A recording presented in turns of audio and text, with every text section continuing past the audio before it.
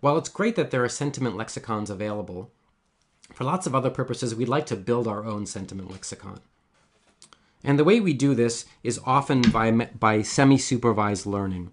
And the idea of semi-supervised learning is we have some small amount of information. Maybe we have a few labeled examples, or maybe we have a few hand-built patterns.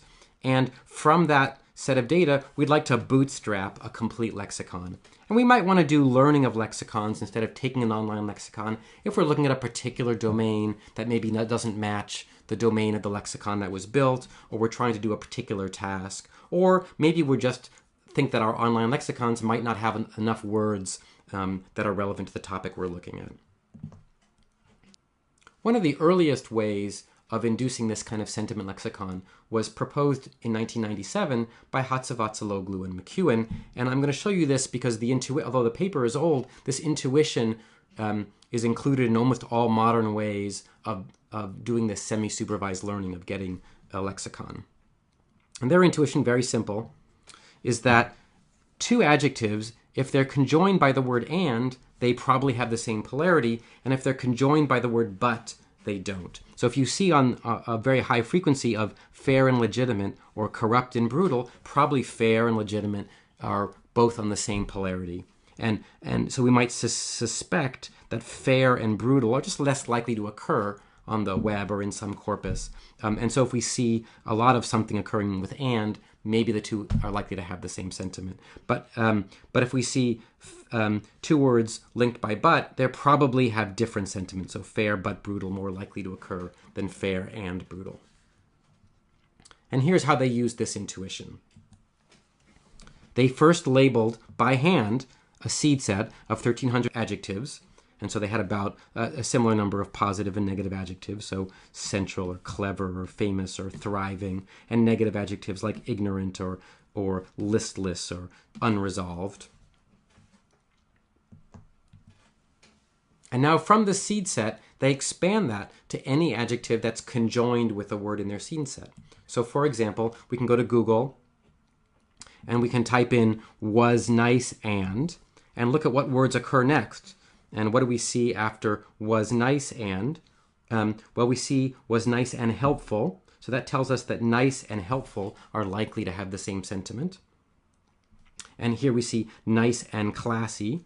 So that tells us that nice and classy might have the same sentiment. And we can do that for all sorts of words that occur conjoined with our seed set. And we take any word that occurs frequently enough in the right conjunction with our seed set words. And now we can build from that a classifier, and the job of the classifier is just to assign for each pair of words how similar the two words are. And so we can give the classifier the count of the two words occurring with an and in between them, and a count of the two words occurring with a but in between them. And the classifier can learn that nice and helpful are somewhat similar, nice and fair are very similar, fair and corrupt are very dissimilar. I've marked them in red with a dotted line because maybe but occurs much more often between these two and occurs more often between these two, and so on. So we can get between any pair of words a number that indicates its similarity. And now we can just cluster the graph and use any kind of clustering algorithm. And we get for the words that tend to be linked together, helpful and nice and fair and classy, we'll get that these are linked together, and brutal and corrupt and irrational are linked together. And we can get our output polarity lexicon. And here I've shown you an output polarity lexicon. And of course it'll have some mistakes in it. So see if you can find the mistakes in this lexicon. Here are some of the mistakes. So we have disturbing as a positive word, or strange as a positive word, or pleasant as a negative word. So of course there's going to be errors in any of these kind of automatic semi-supervised algorithms. So while the Hatzivatsaloglu and McEwen algorithm automatically finds the sentiment or the polarity of individual words, it doesn't do well with phrases, and we'd like often to get phrases as well as words. So the Turney algorithm is another way to bootstrap in a semi-supervised way a lexicon. What this does is extract a bunch of phrases from reviews, learn the polarity of the reviews, and then take all the phrases that occur in a review, take their average polarity, and use that to rate the review. So let's look at these stages in the Turney algorithm. First, we're going to extract every two-word phrase that has a particular set of part of speech tag. And we haven't talked about parts of speech yet, but so this is adjective, the tag for adjectives. So if the first word is an adjective and the second word, this means noun, and this means plural noun. So if the first word is an adjective, so an adjective followed by a noun or a plural noun, we'll extract that phrase, whatever the third word is. Or if the first word is an adverb, RB means adverb, and the second word is an adjective, and the last word is not a noun, we'll extract that phrase. So adverb, adjective, adjective, adjective, noun, adjective, adverb, verb. So these are particular phrases. So we're going to run our part of speech tagger.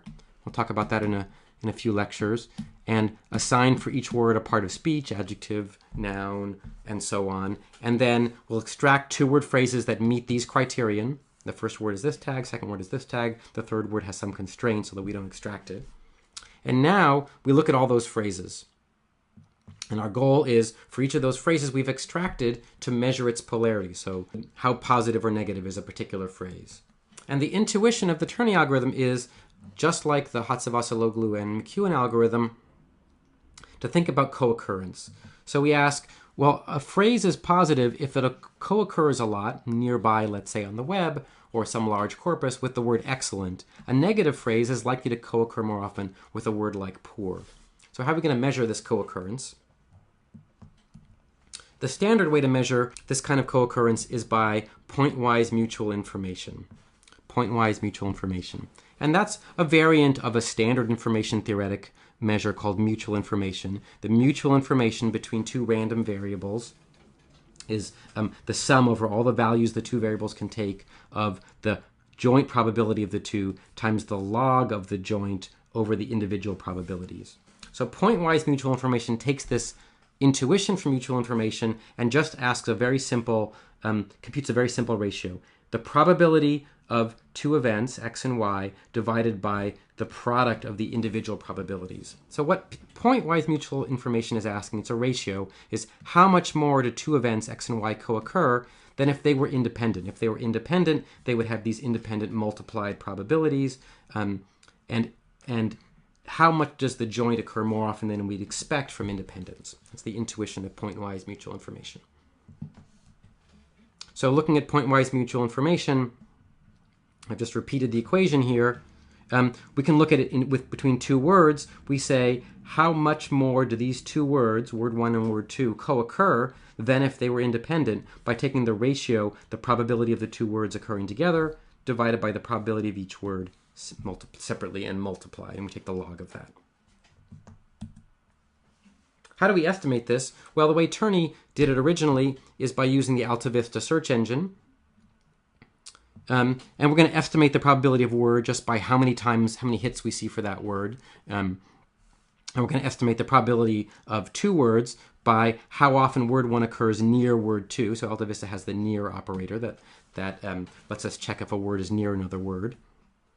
And in each case, we're going to want to normalize to get a real probability from these counts. And by our definition from the previous slide, point-wise mutual information, it's the probability of the joint, so that's hits of word one near word two over n squared, divided by hits of word one over n over hits of word n2 over n, and these n's are going to cancel, and we're going to end up simply with this equation. So how many times do the words occur near each other? How many times do they occur individually, multiplied together? So once we have a measure of co-occurrence, of how much a phrase co-occurs with the word excellent or the word good, we can now determine its polarity. So the equation for polarity in the Turney algorithm is just how much is the mutual information, the point-wise mutual information of any phrase with the word excellent, and we subtract its mutual information with the phrase poor. So how much more does the phrase appear with excellent than poor, or vice versa? And just doing a little algebra. So that's the number of Here's the definition of pointwise mutual information of a phrase with excellent, how often it occurs near the word excellent divided by the individual number of hits of the phrase itself and excellent, and then subtract the same thing for poor. And of course, by the definition of logs, we can bring things inside the log and turn the minus into a divide. And then we can do some messing with terms. So we have hits of phrase here, and we have hits of phrase there. And so in the end, we can get our formula for deciding the polarity of a phrase. It's just how many times does the phrase occur near excellent times how many times it occurs with the word poor occurs over how many times the phrase occurs near poor over how many times excellent occurs. So these are constants that we can get once, and then for each phrase we can compute these two quantities. And using the Turney algorithm, here's a positive review, obviously of a bank. And so here's a phrase like online service, adjective, noun, phrase. And here's the polarity assigned by it, 2.8. Here's another one, direct deposit, 1.3. And here's some negative phrases with negative polarity. So the phrases occur more often near the word poor than near the word excellent. So inconveniently located has a negative polarity. So on average, though, I've just shown you a subset, more of the positive phrases occur in this review than the negative phrases, and the average polarity is positive. So this is a thumbs up review. A thumbs down review, you can see that phrases like virtual monopoly, negative polarity, lesser evil, negative polarity, other problems, negative polarity, all occur more frequently and on average have a more negative polarity than the positive polarity words that occur in this review. And we end up with a review that has an average negative polarity. So the Turney algorithm was evaluated on various kinds of review sites and does a better job than just the majority class baseline at predicting the polarity of a review. So what's important about the Turney algorithm is that it lets us look at phrases, learn phrases rather than just words. And what's true about in general about these unsupervised algorithms is we can learn domain-specific information that might not be in some online dictionary. So if I go back to the previous slide, if we're doing banking, a word like direct deposit or virtual monopoly might not be in an online polarity dictionary or online web. So we need to use some of these semi-supervised algorithms for learning the polarity of these kind of words. Finally, I'll mention briefly a third algorithm for learning polarity, and this uses WordNet. Again, that's the online thesaurus that we'll talk about in detail later. And the intuition of using these online thesauruses is similar to what we've seen in the first two semi-supervised algorithms. We'll start with a positive seed set and a negative seed set. So we might have words like good in the positive seed set and terrible in the negative seed set. And now we use the thesaurus just very simply to find synonyms and antonyms. So we add synonyms of positive words like well and antonyms of negative words to the positive set. And to the negative set, which we started out with words like terrible, now we add synonyms of all those words. So maybe awful is a synonym of terrible. And antonyms of our positive words to the negative set, and we just repeat.